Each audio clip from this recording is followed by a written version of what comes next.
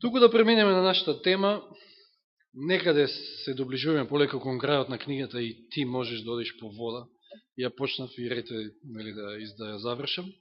Не денеска, тоа ќе биде некојаш понатаму, но денеска имаме глава која што носи наслов Напуштање на сигурноста. Сигурноста под наводници.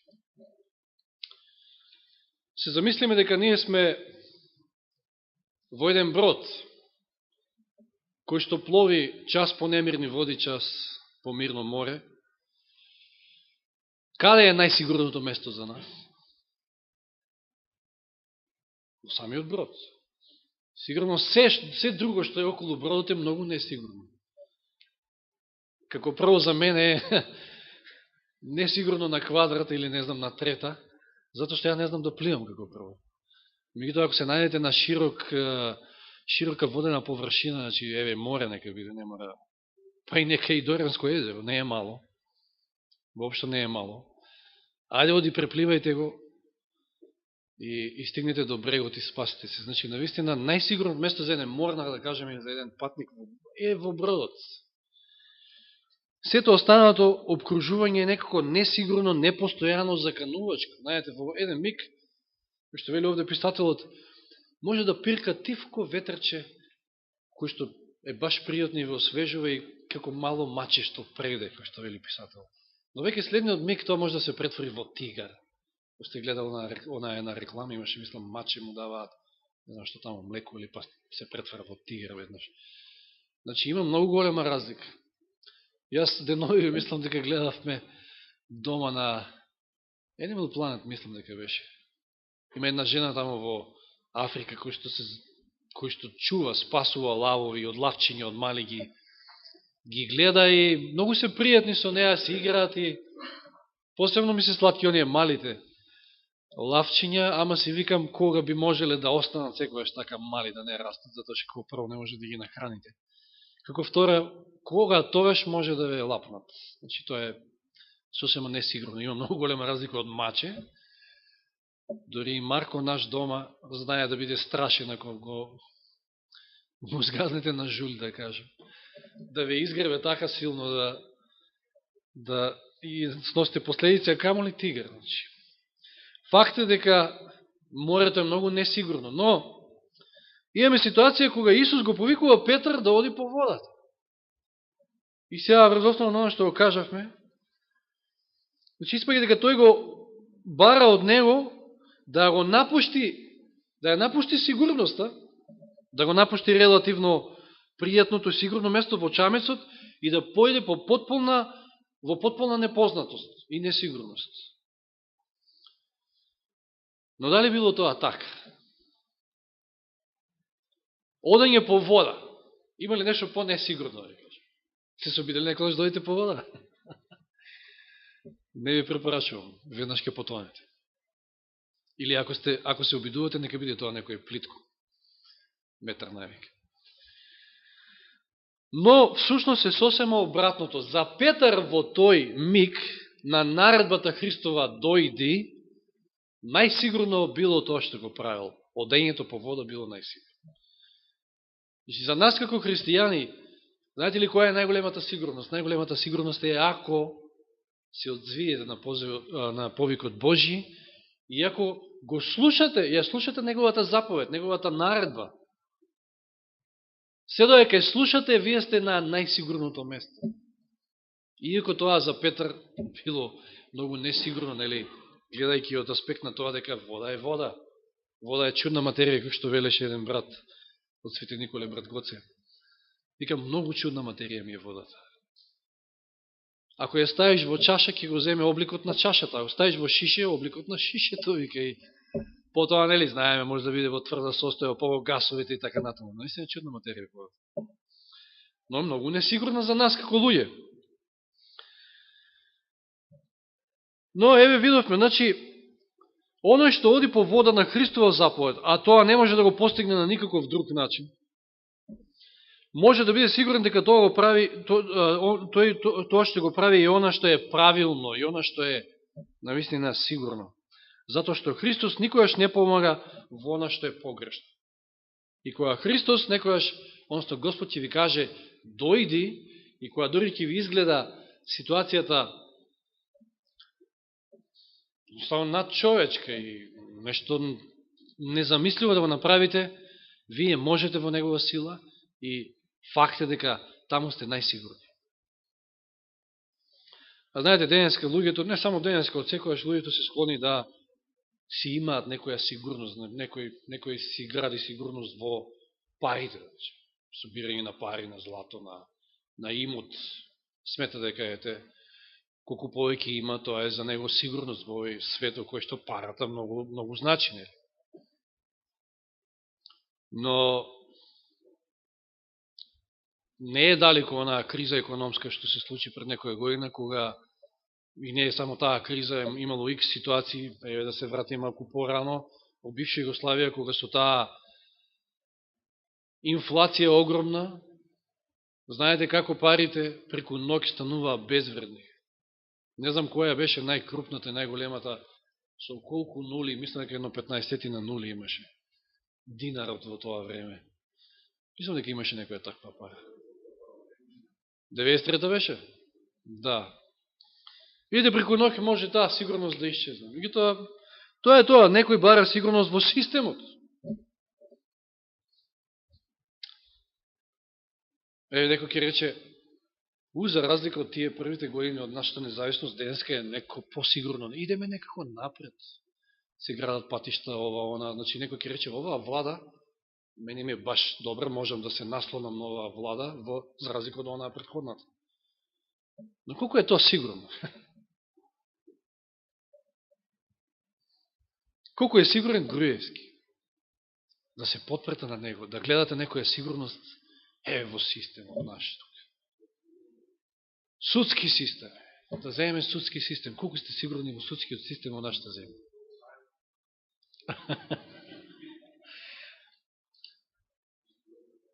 Да.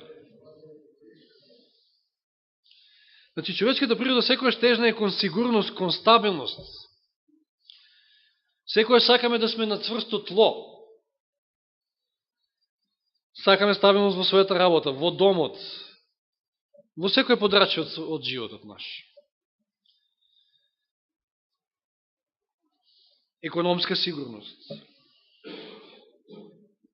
Значи, никој не сака да живее во земја кај што имате инфлација, постојано покачување на цени, несигурност. Дори и денеска, може би некој бара сигурност и гледа сигурност во сигурна работа, сигурно работно место. Си вели, јас сум буџетар, значи јас сум административец, јас имам сигурно место, сигурна плата. Што ви е сигурно денеска, да прашам? Ќе ви пуштат една инспекција или не знам, ќе ви стават на екстерно, ќе паднете и готово. Ќе летате од работа. Ова само карикирам, значи, затоа што ние живееме во Македонија, меѓутоа факт е дека нема ништо сигурно. Човекот бара сигурност и човекот некако христијани не ни се напушта можеби бродот, не ни се напушта на наша комфортност, наша сигурност во нашиот чамец, во нашиот брод, било тоа да е нашиот дом. Оваа недела имавме прилика да гледаме 5 од 6 дела, има многу убави видеа, преведени со српски превод на Валтер Фајт, неговите искуства, неверојатни искуства, со демони, со страшни работи. И си правиме муабет со Снеже дома и викам, не е тежак одговорот на прашањето зашто ние немаме такви искуства. Зашто не искачаме од дома. Што сакаме да имаме искуства? А тој ревносно оди од континент на континент, од земја на земја, од град во град и проповеда, и тоа проповеда токму онаа вест која што ја прочитаме во Откровение 18.4. И тоа без никаков страв. Може ова прилика не е лошо да спомнам едно од искуствата кој што мене исто така ми остави многу добар впечаток, а го немате слушнато, веројатно некој од вас. Значи, прв пат, тој секојаш бил како замена на еден негов постар брат во евангелизациите што ги држа. Но прв пат го канат во Канада, значи од Јужна Африка, тој е таму, мислам дека и таму роден, таму израснал, таму студирал, таму бил професор по универзитети и така натаму. Прв пат го канат во Канада да држи евангелизација, тој сам. И нормално било малку чудно целата таа ситуација и спремал оние слайдови во тоа време, уште сеќавате за живот на зверот, број 1, зверот, број 2, така натаму и така натаму. Значи, едноставно, оние бомбастични, јаки теми за кои што фаќаат ангелската вест. Значи, и Евангелието, вечното Евангелие, но и Вавилон, лажното Евангелие, и зверот, и жигот на зверот, и се. Она што всушност треба да се одржи нашата порака. И оди таму и за негово чудо, значи било зимско време, доста снежно време, за негово чудо салата била исполнета до последно место, над 1000 седишта, мислам да ви кажа.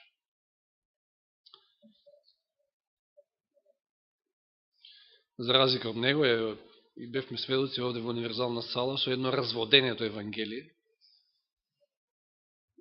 ни Т од стројната ангелска вест, па се собра едва 100 души. Може би има влијание и местоположбата, менталитетот тука наши така натаму, но како и да е. И сега се префрламе таму во Канада. И што се случува? Се течело добро, секоја вечер била посетена, и кога дошло време, кога почнал да ги изнесува оние силни пораки за антихристот. Имало една група на католици, веројатно, кои што му скокнале, дури сакале да го изнатепаат во една прилика и му дофрлувале од место, му велеле: ти си антихрист, ти си антихрист. И што се случило? Уште таа прва вечер, која имало, значи, таа таква немила сцена, вика цела сала зафатена, а таму негде напред едно столче празно, и сега вика од никаде, не од главниот влез, туку од некои два споредни, кои што имало таа сала, влегува дете, младич, со Даунов синдром. Знаете, кои се оние кои што наликуваат сите еден на друг. И седнува на тоа место, празно место.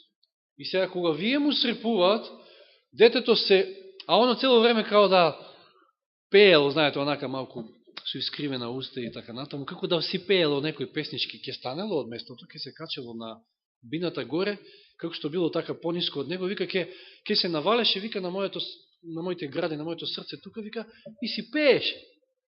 И овие нормално немаат сега храброст да скокнат на него, на таква ситуација, кој би направил такво нешто. Се повлекуваат.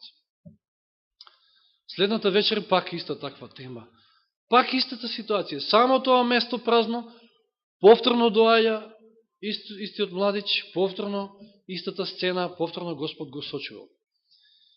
И една вечер кажува, вика, јас, вика, до половина на предавањето, го нема, вика, почна да ме фаќа страв дори. Каде, зашто го нема?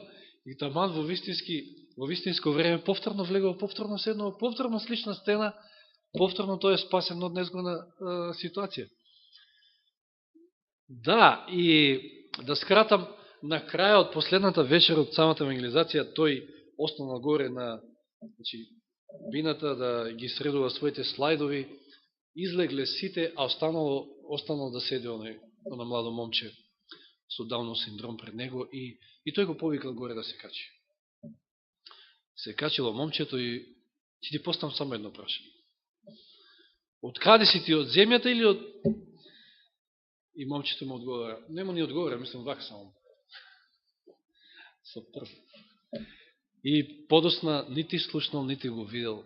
Нити знаел чиво е и ни од каде е. Дали има татко, дали има мајка. Дали е можно да тоа е ангел и тоа како? Во една таква форма на еден младиш со Даунов синдром, затоа што Господ точно во таа прилика знаел дека на тој начин ќе може да ги попречи овие насилници да направат белја. Да. Силни искуства. Добро. И често пати нашиот разум ни кажува дека навистина ништо на земјата не е сигурно, еве како што и зборуваме. Но нашите чувства велат поинако. Знаете, убаво се чувствуваме. Убаво ние, си имаме работа, економијата расте и така натаму и така натаму. И со надеж сме дека ќе биде уште поубаво и имаме некоја сигурност, да кажем. Но едно се нашите желби и чувства, а друго она што е вистината. И за жал, тука ќе се спомнеме и самите ние, адвентистите. Адвентистите некојаш ја бараат својата сигурност во црквата. Дали црквата можеме да кажеме дека е еден вид на систем? Точно. Ако е граѓански здружение, тоа не е црква.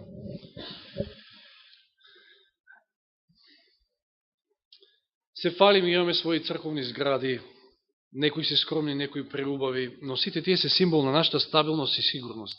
Имаме своји водачи, повеќето угледни луѓе, на чијешто мудрост гледаме со почит. Сега читам од текстот.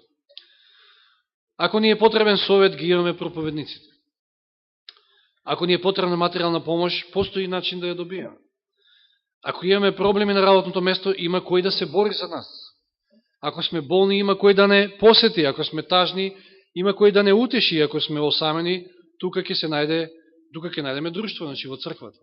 И ова е еден идеал, што, за жал, често пати не е така. Значи.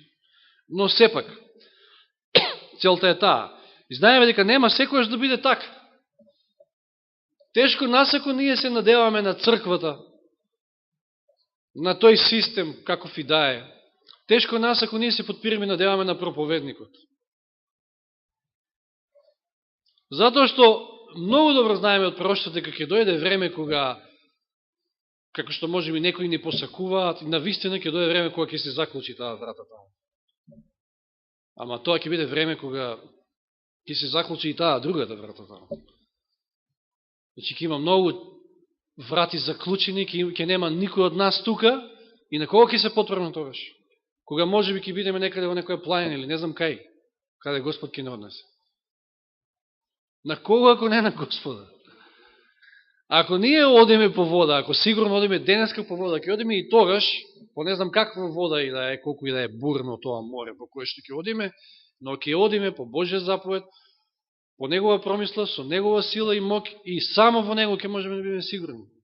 Во никаква зграда, имаме, фала на Бога, една прекрасна зграда, прекрасен објект,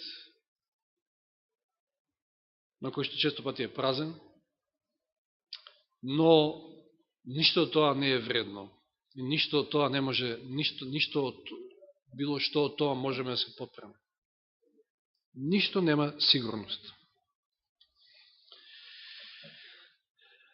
Што вели Елен Вајд, црквата, колку и да е слаба и несовршена, е единствениот предмет на земјата на кој што е насочен Христовиот семокен поглед.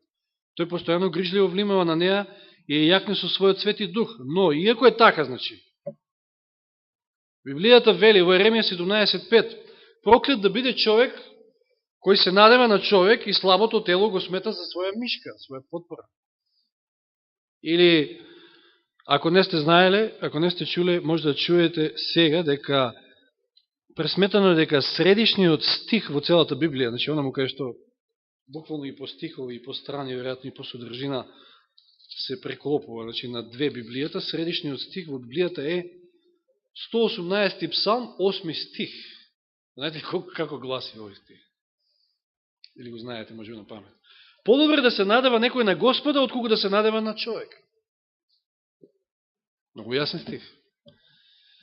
Па кој да е тој човек, каков и да е тој човек, какава и мог да има, или било што и да е, може да е шеф, може да е, не знам, може да е председател на генерална конференција, може да е проповедникот во црквата, кој што има некој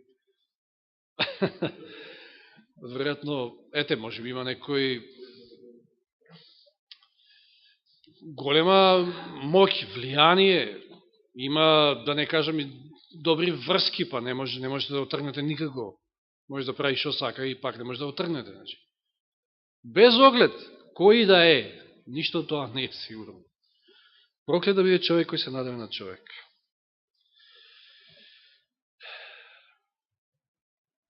тој човек во кого што се надеваме, може би е достоен за доверба, вели, случај го било да е службеник, проповедник или учител, доколку исто како и оние во одберие го, значи доколку и тој, накратко кажано, како што Павле вели, угледајте се на мене, како што јас се угледав на Христа. Да, можеме да имаме почит, и треба да имаме почит, и да го слушаме, и да учиме од еден таков човек. Меѓутоа, да се подпреме на него, никако. Наша подпрема може да биде само Господ. И да скратиме повелика изминува времето, една друга работа на која што најчесто знаеме да се подпреме, на која што е исто многу несигурна подпора, тоа е нашето јас. Најчесто се подпираме на самите себе. Тоа мора да го признаеме. Или еден цитат овде: на лозата која што се влече по земјата и се приврзува за трупци и ѓубре, мора да и се отсечат, да се подсечат ластарите кои што ја врзуваат за земски упоришта, за да најде вистинска подпора увивајки се околу Бога. Ове Review and Herald. Имаше еден друг цитат кој што го отсликува времето кое што е пред нас, последното време. А тој цитат гласеше: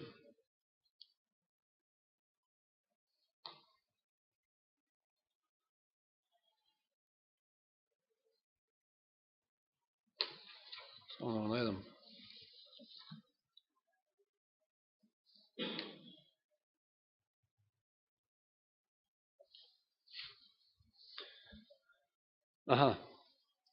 Површните и неутврдените. Ова е цитат кој што се однесува на оние кои што отпаднале и се разочарале во 1144, но може да се однесува и на секој од нас во последно време. Површните и неутврдените не можеа повеќе да се подпираат врз верата на своите браќа. Секој мораше за себе да стои или да падне. Тоа е еден од цитатите, но имаше еден друг кој што, еве го: во последниот голем судир во борбата со сатаната, оние кои што ќе му бидат верни на Бога, ќе видат дека се лишени од секоја земска подпора и поддршка. Значи иде време кога ние ќе бидеме лишени од било каква земска поддршка. Минатиот пат спомнав, можеби ќе треба да бидеме Илија и ќе се чувствуваме и ќе бидеме на прак, можеби на разочарување, сметајќи дека сме сами кои што стоиме на страната на вистината. Но тоа ќе биде тест. И тоа е уште една причина зашто не треба да се подпираме на ништо, на било какви средства, на било каков систем, на црква, на ништо, на проповедник. Затоа што ќе дојде време кога ќе немаме никаква подпора, никаква земска подпора. Ќе бидете уапсени, можеби, ќе ви избедат на суд пред такви суди и такви сведоци, налик на оние во Христово време. И кој ќе ви помогне? Ако не е Господ со вас, а ако е Господ со нас, и ако е Господ со вас, кој ќе биде против нас? Кој може да биде против нас? Никој.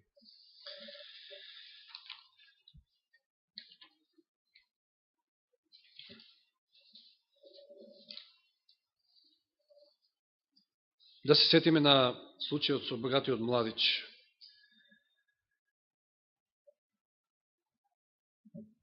Или оние негови зборови во Марко 8 глава 34-35 стих. Кој сака да дојде по мене, нека се одрече од себе си и нека го подигне својот крст и нека оди по мене, зашто кој сака да ја спаси својата душа, ќе ја загуби, а кој ќе ја загуби својата душа, заради мене и Евангелието ќе ја спаси. Тој од богатиот младич барал да се откаже да го раздаде богатството.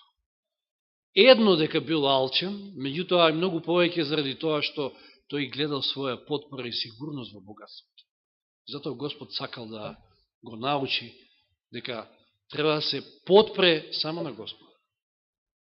Само така можеме сигурно да чекориме по водата.